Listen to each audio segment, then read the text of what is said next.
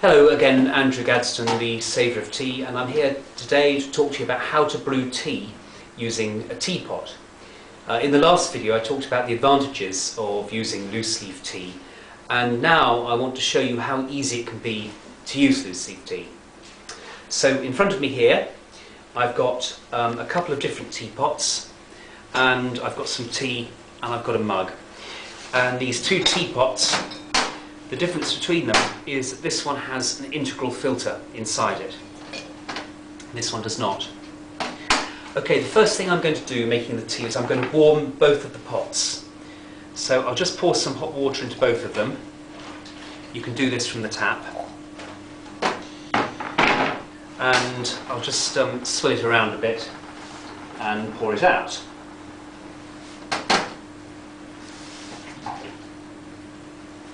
Okay, so that means that the pots are nice and warm and we won't lose the temperature from the water. Although I believe that the origin of this practice was when teapots were not quite as robust as they are today, and people used to do this to prevent them cracking in the boiling water. Okay, so now I'm going to add 1 teaspoon per person. Some of you have heard people say that you should add 1 for the pot. This is not necessary with good quality tea.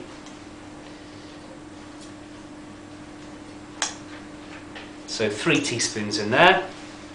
This is a somewhat smaller pot. I'll put 2 teaspoons in this one. And I'll just reboil the kettle. It's very important, as with tea bags, that the water is absolutely boiling when we pour it onto the leaves. That's for black tea.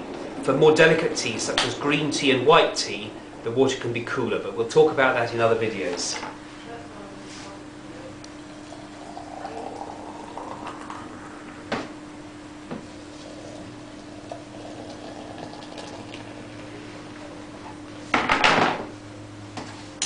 A quick stir.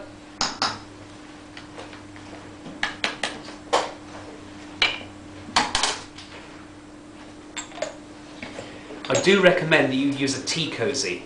This is going to keep the water nice and piping hot throughout. So I recommend you find a tea cosy if you don't have one. Purists would say that you should also heat the mug up with hot water first. That certainly is a good idea, but don't worry too much if you can't be bothered. This is English breakfast tea. This is all about tea's English breakfast tea. And I'm going to leave this to brew for 5 minutes.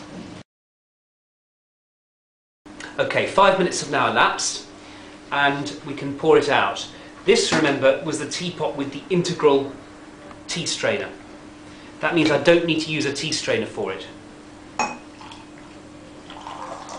And we pour it out into the pot. Milk first or last? In general, I recommend last, but that's something we'll talk about later. And there you are, that's how simple it is. Obviously with this one, I'm going to need to use a tea strainer. Okay, so you can purchase tea strainers in a variety of places. They usually look something like this, or sometimes they have a little stand underneath them to catch the drips. And pour the tea into there. Lovely, so there's 2 really good cups of tea I've made. As you can see, it's not been very difficult at all. What's the difference between using an infuser or not? In my opinion, you get a slightly better cup of tea if you use a normal teapot with a strainer. The reason is that the leaves have more space to move around inside the pot.